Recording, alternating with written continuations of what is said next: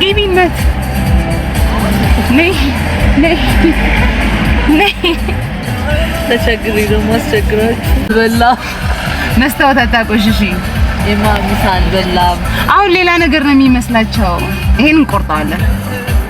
የማሚሳ ብላ ምን እያደረግሽ ነው? ስለዚህ በቃ አድርሰናል፣ እናት አድርሰናል። በቃ መስታወት አታቆሽሽብን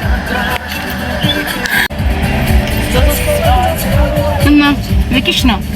ምስጋና ቢስ ናት እሷ። እንደምታዩት እሷ ምስጋና ቢስ ናት እና ላሳያችሁ።